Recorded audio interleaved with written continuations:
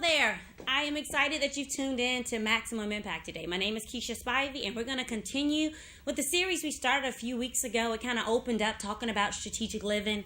Then we talked about building a bridge. And over the last couple weeks, I have been toying around with the message, and I'm excited to share it with you on today. The title of it would be The Launch. And I know if you're like me, you're not very scientific by nature, but I'm excited to see and to share with you some of the things that God has placed in my heart that can help us launch into 2016. I've shared over the last couple weeks that I really enjoyed a book that I recently read, Fervent by Priscilla Shirer. And I kind of want to piggyback off of something that she said in one of her chapters, and I'm going to read that to you. Then we're going to take some time to kind of go into it individually. We're going to personalize it, and then we're going to see how we can use what she shared, coupled with some of the things that I'm going to share to direct you to launch into 2016. This is out of her chapter 8. It's called Your Pressures, and it says, if I were your enemy, I'd make everything seem urgent, as if it's all yours to handle. I'd bog down your calendar with so many expectations you couldn't tell the difference between what's important and what's not. Going and doing, guilty forever saying no. Trying to conduct it all yourself, but just being controlled by it instead. If I could keep you busy enough, you'd be too overwhelmed to even realize how much work you're actually saving me. And as I read back through that a couple weeks ago, immediately images start coming to my mind of us being really realistic about an enemy that we have who does everything in his power to keep us from moving into purpose and moving into destiny, to keep us from fulfilling God's perfect will and plan for our life. And if we're not aware of that, if we're not approaching life knowing that, then we kind of put ourselves in a difficult position to ever move forward because we don't even realize what we're fighting against. And as I thought about that and as I read that, a couple of things started coming to my mind. And the first thing was, number one, as you have an enemy that's really committed to busying you. He wants to make everything seem so urgent. Why? Because you're so busy putting out fires that you never put on purpose. He also wants to bog you down. Why? Because your weights would be so heavy and the burdens that you're carrying and the responsibilities become so overwhelming that you are never prepared to lift off out of the season that you're in into the next season that God has for you. Then he wants to belittle you. Anybody ever dealt with that? He wants to belittle you with guilt and shame and condemnation, so you totally feel unworthy of moving from where you are to any place else. He wants to besiege you. What does that mean? He wants to literally overwhelm you and lock you into your life so that you literally feel like you are in prison, right in your own life. In the midst of all the blessings that you have, in the midst of everything that you've got going on, you literally feel locked in and you can't breathe and suffocating, and that you can't even visualize moving to a place of freedom.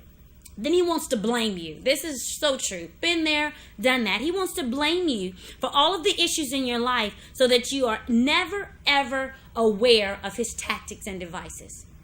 You never even recognize what he's up to. You never take authority over that. So you just kind of feel like a victim in your own life. All of this is to keep you from launching into a season of peace, launching into a season of rest and contentment. And as you read through this, the word that kept coming to mind to me as I read it was to enslave us. When you think about slavery and you think about their lives, they don't get to control what they do. Their lives control them. Other people tell them what to do. If you have ever felt like your life was bossing you around, been there, do this, go here, fix this, call this person, solve this issue, fix this problem, and you literally feel like you're just going through life being conducted by everything else and everybody else, kind of feeling like you are walking in that slave mentality. Because slaves don't rest. All they do is work. They don't get to control their agenda. Their agenda controls them. And when we think about this enemy that we deal with and that we're facing, his whole purpose to enslave us. Why? Because slaves are not free. Slaves are not free. We all know that the Bible says, whom the Son has set free is free indeed. Galatians 5:1, if you want to get all specific, write it down. It is for the freedom that Christ has set us free. Stand firm then, and do not let yourselves be burdened again by a yoke of slavery. Synonyms for freedom, and I thought this was so good. We're familiar with a lot of these. Opportunity, power, right, ability. And there are so many more. But there were a couple on that list of synonyms when I began to study this out that caught me a little bit by surprise, but they also got my attention. One of them was liberty, which we all are very familiar with, but the other one was latitude. And as the Lord kept working with me on launching, latitude just kept resonating within me, because when you look up the definition of latitude, and as I said earlier, I'm not very sciencey, I'm not into any of that stuff, but I love getting into the Word of God and getting fresh understanding, not just because I know it, but so that I can live it. So when you look up latitude, the definition is the angular distance north or south from the equator of a point on the earth, a surface measured on the meridian of a point, a place or region as marked by the distance. And all that can be summarized, and it is how you get from here to there. How you get from here, from point A to point B. How do you get from this position in the north? How do you get there to the south? And that brought me to what I'm talking to you guys about right now, which is called the launch. The launch, when you look up the definition of the word launch, I got fired up about this. Launch, to release, catapult, send off, to set a boat or a ship afloat, to put into operation or set into motion, to initiate, to introduce, to get off to a good start. Isn't that what we all want to do? We all want to get off onto a great start so that we can begin to move forward into the God life, move forward into peace, into joy and contentment, into rest, move forward into every single thing that God has promised for us to have and to enjoy. And I'm not a scientist, but when I thought of the word launch, immediately I started thinking of rocket ships and all those types of things. So yes, I went online and I started looking up NASA, and it had all this information about all these spaceships and shuttles, things that I'm not really interested in. But as I began to read more and more, something else caught my attention. NASA launches this rocket. It's called a Mighty Saturn V. And when this rocket launches, it uses almost all of its fuel to get off the ground. Now that right there was a good place for me to park and think about. This particular rocket, and I didn't read all the other stuff about the other shuttles and all that other stuff. This was the one I went looking for. This one Mighty Saturn V uses almost all of its fuel to get off the ground. As I said, I didn't read the details on the others, but as I began to think about this rocket, I began to think about us. When this rocket launches and it burns off all of its fuel, the same thing happens with us as individuals when we make a decision to launch. When we make a decision to take a launch when it comes to our physical bodies. When we're going to take a launch when it comes to our spiritual health. When we're going to launch and fight for our marriage. When we're going to launch and fight for the well-being of our children. When we're going to launch and take back something that the enemy's stolen, or when we're going to launch, most of our fuel gets burned up in that beginning phase. Why? Because it's in that launching phase that we need to burn a few bridges. We have to burn a few bridges. We have to realize retreat is not an option. Going back to the way things were, accepting mediocrity, accepting status quo is no longer an option. So we have to burn bridges. The things that brought us to this place, the things that have hindered us, the things that have trapped us, the things that are not the way we want them to be. We have to make a decision and saying going back to that and settling with that is not an option. So we do have to burn some fuel off when we burn a few bridges. We got to begin to be honest with ourselves on purpose. And sometimes the truth hurts. I feel sorry for people who surround themselves with people who just tell them what they want to hear. Let me give you an example. If your breath stinks, do you want somebody just to say, his breath stinks? Or do you want somebody to pass you a Tic Tac? You want somebody that loves you enough to tell you the truth. You need to be able to love yourself enough to look in the mirror and evaluate the things that are working in your life, the things that are not, and tell yourself the truth. Surround yourself with mentors so you can sit down with and you can be naked and not ashamed with and not have to deal with condemnation and judgment, and just tell them what it is and allow them to help you navigate through it. You got to bury your past. That's one so many people struggle with. I love the Frozen song, Let It Go, Let It Go. I don't know much more about the movie, but I do know that. Because you have to realize your burdens, your past is too heavy to carry into your future. It's limiting you. It's holding you back. It is trapping you. It's bogging you down. You've got to let it go. You've got to bury your past. I wish we could go back and undo some things. I wish we could go back and fix some stuff. Hindsight is 20/20. But you know what? All you can make a decision to do is glean from it. What lessons did you learn the hard way? What lessons do you not need to repeat again? You got to bury that stuff and stop revisiting it. Learn from it. Look ahead. Figure out how to apply it. Figure out how it can make you better. Don't be bitter, but be better. So let your past be more fuel for you to get to the future, to get to what God has for you. You got to begin to build up your present. You got to know that with God, all things are possible. Build it up. Stop focusing on what's not there, what you're lacking, what you can't do. Begin to build your presence on what you can do. The fact that you are here, the fact that you are not where you started years ago. Begin to think about where you've progressed. Build your present. Then you got to branch out with passion. You know, I'm passionate about everything. I'm passionate about teaching. I'm passionate about reading. I'm passionate about my marriage. I'm passionate about parenting. And for some days, that's a little bit out of control because I'm passionate. I'm passionate about Oreo cookies. Those who love me know that I enjoy Oreo cookies. I'm passionate about it. But you got to get passionate about your future. You got to get passionate about the vision that God has for your life. You got to get passionate about where you're supposed to be going to. You can't be lackadaisical and just kind of hanging back in the cut. Passion should be some fuel that'll help you lift off so that you can launch into this next season. Luke 5:4 says, launch out into the deep and let down your nets for a catch. And I read multiple versions of all the renditions and looked that up. But when it said launch means you've got to make that decision. You've got to prepare yourself. You've got to take some initiation. You've got to float. What did it say earlier? Catapult.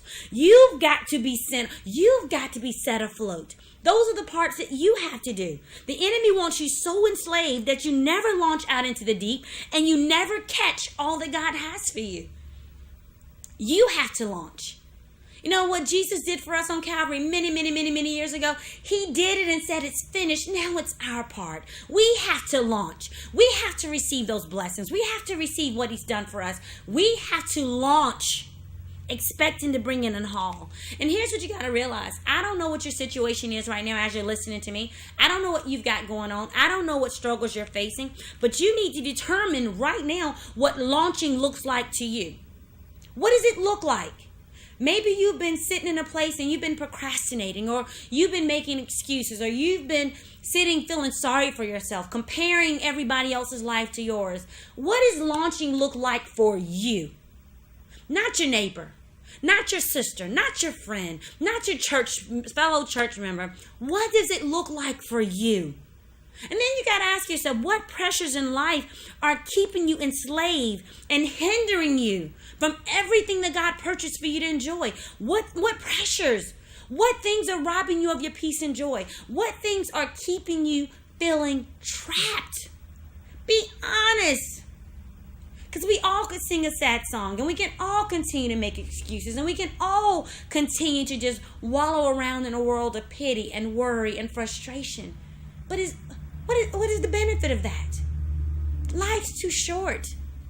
I look at a post that I put on Facebook last year, this date, and I was actually sitting in the hospital visiting somebody, and they called a code red down the hall, and everybody started rushing. The lights were flashing, and I immediately thought, in one blink, this person's life is crashing. And I sat there with the person that I was visiting, and of course I kind of checked out of that moment and began to say, God, I need to live every moment of my life to the fullest. No, I'm not perfect. Yes, I'm going to miss it. Yes, I am going to fall short in some things, which is why I need to lean into you and why I need you directing my steps. But God, when I'm done and I leave this world, I want to know that I've done all I can do first for you, and that I've emptied myself out. That I live a launched life. So I was launching into the deep. I was bringing in the catch that you had for me, but not for my purposes, but for yours. And it took me sitting there looking at this post from a year ago, being reminded life is fragile. Life is precious. Life is short. What are you waiting for? What do you need to happen to wake you up so that you feel compelled to launch? What is it going to take for you to pick up a book and read it? You want to hide something from someone? Put it in the pages of a book. What is it going to take for you to turn off reality TV and to tune into the reality of the life that you are living and the life that you're called to live? What's it going to take for you? What is it going to take for you to launch out of this position that you're planted so that you can get to that spot God has for you so that you can bloom? I just want to give you a few tips. I know I'm giving you a lot to think about, and I'm not sure if we'll get through all of this today, but I wanted to challenge your thinking. That's what I do. I want to challenge you. You got enough people telling you how great you are. You need somebody telling you, yes, as great as you are, there's still more. There's still more. I want to give you a few tips for launching into 2016 or whatever year this is. My prayer is that y'all will be listening and watching this many, many, many years to come. But a few tips for you to launch. Number one, and you might want to write this down. I am a teacher. I love to give you tools and resources, but here's what I know. Your memory's short. You might want to jot this down so next week sometime when you hear my voice in your head, you can go back and look at some of the things that I told you. So number one, realize that you're not starting at zero. You're not starting at zero. Cut yourself a little slack. You are listening right here now. You could be doing 1,000 things, but you're listening. You're seeking. You have desire. Start there. Start there. Think about last year. Come up with a couple of things that you accomplished or a couple areas that you grew in last year. You can't tell me in 365 days you didn't do one thing good. Start there. Start from a place of strength. Start from a place of encouragement. Start from a place that's positive for you. You're not at zero. Think about it. There are things that you've done to prepare you to get to a time such as this. Now, what do you need to do to start there? But identify that place. Number two, start your day with a positive perspective. Not with the news, but on your knees. Not social media, but scripture. Not complaining, but counting blessings. You know, I'm all about stuff happening in the world, and I'm all about people who stay informed. I'm just not one of them. I don't do that. I can't cut the TV on in my house in the morning and listen to the news. Why? Because I take that in. And when I hear about this fallen world that we're living in and some of the things that's going on all around, I take that in and I begin to get burdened. And it's one thing if I could just cast that and go to my prayer room and pray about it and let it go. But with my personality type and my life, I don't do that. So I can't infuse my head first thing in the morning with all that negativity. It impacts me. And I carry that with me. So I choose to start my day positive, putting in good stuff. Because I know throughout the day I'm going to encounter some negativity. I know that things aren't going to always go like I want them to go. So I want to have positive that can flow from me as the negative is being infused in me and from me. So you want to start the day positive. And what is that for you?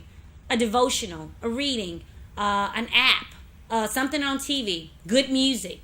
Find something that's positive for you that helps put more fuel in your tank to prepare you for the day. Use positive language. Number 3, use positive language in your goal setting. I want to challenge you to kind of change your perspective this year on some of the things that you're working on. Don't focus on stops. Focus on starts. Think about one that's everybody's working on right now, according to the people that's in the gym.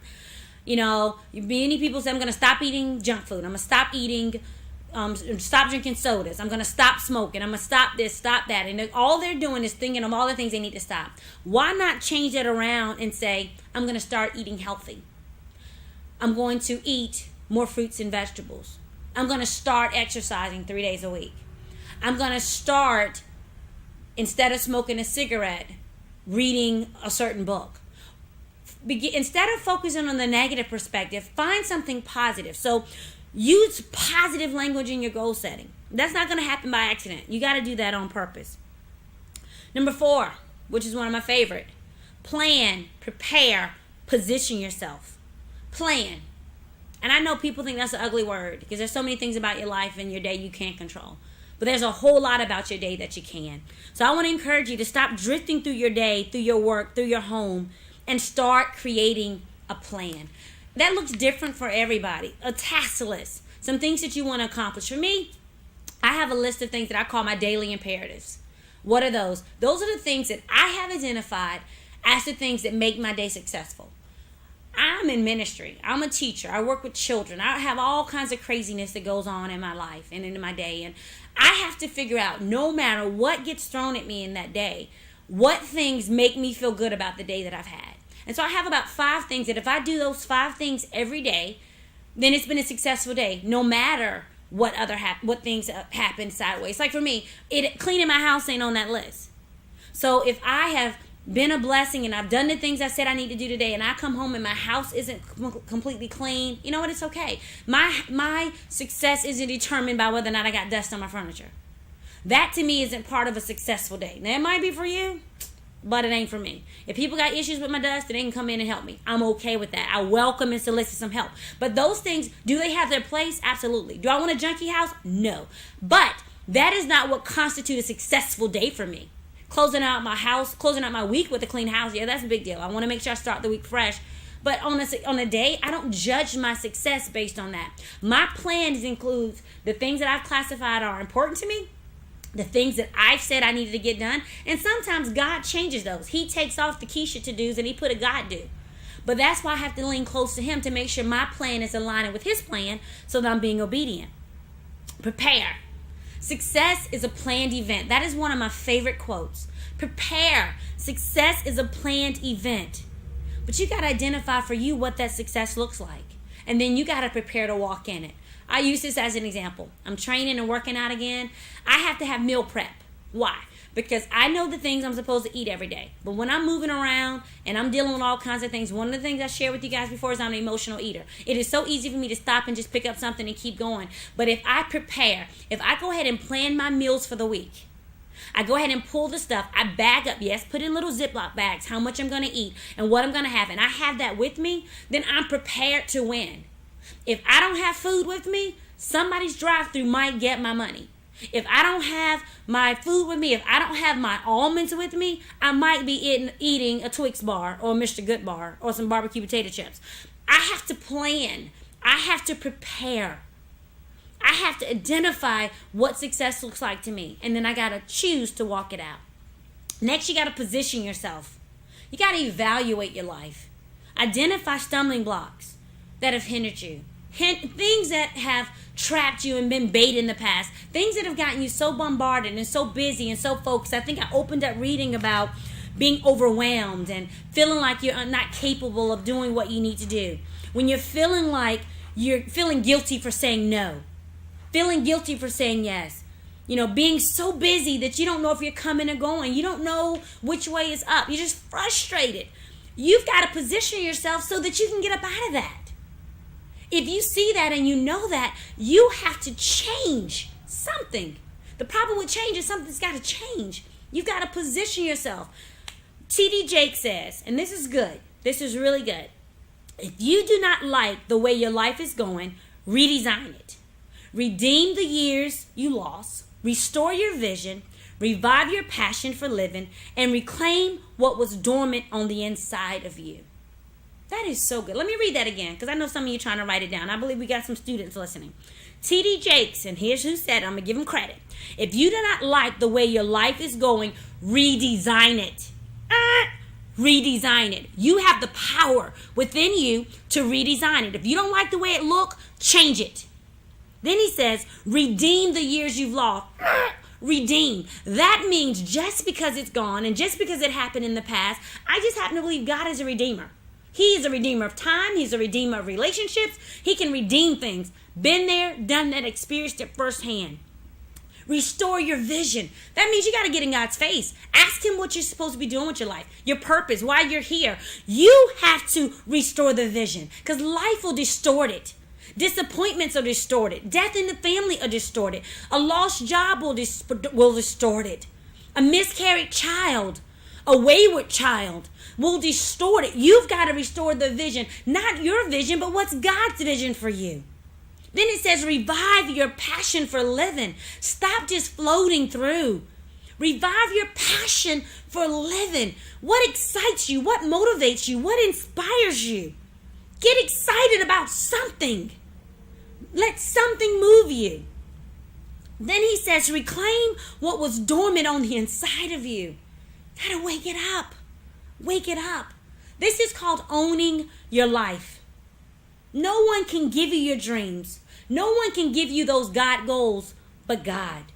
We can give you tools. We can give you resources. We can give you tips and checklists and all these things to do.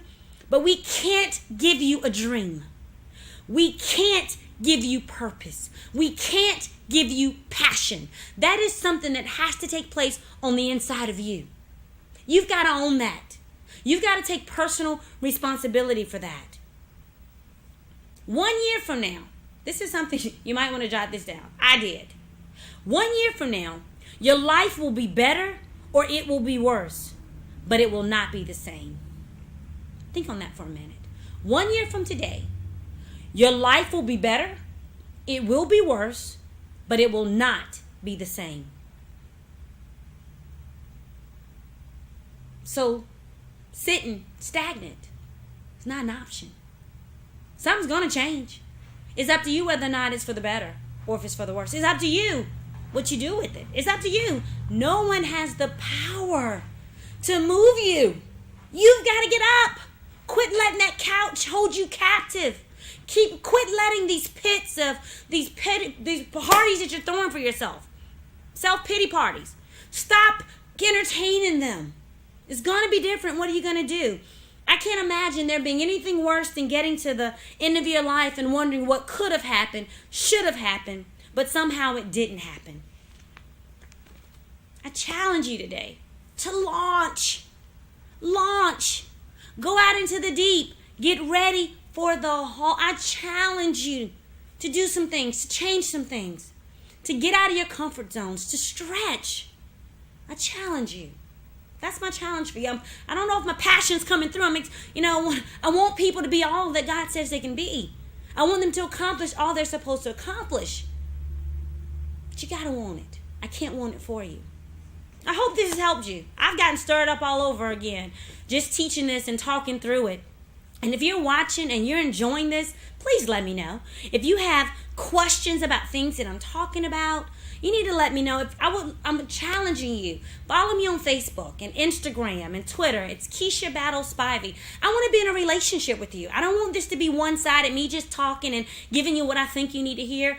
Let me know you're looking. Let me know you're watching. Let me know if this is helping you. I won't know if you don't tell me. I don't want to be up here wasting my time. And if there are things you want me to talk about, please let me know. Follow my blog. It's called Withholding Nothing. That's one of the things I'm focused on this year. Living a life that's poured out. Come walk this journey with me and let me walk this journey with you.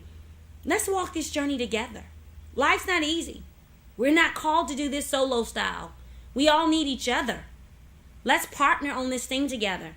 Again, all of my social media stuff, it's under Keisha Battle Spivey. If you are watching and you're not a friend with me and you do, send me a message. Let me know that you saw me on TV. Let me know if you liked it or if you didn't. I'm all about constructive criticism. I haven't arrived. I want to be better.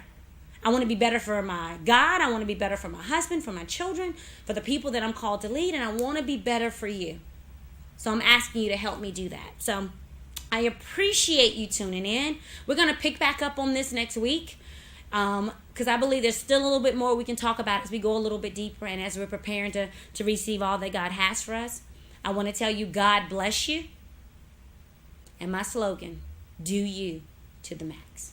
Launch out. I'm watching. I'm listening. I want to hear what you got going on. I want to hear how you're changing. I want to hear how things are being repositioned for you in 2016. You got to let me know. You got to let me know. God bless you and have a wonderful day.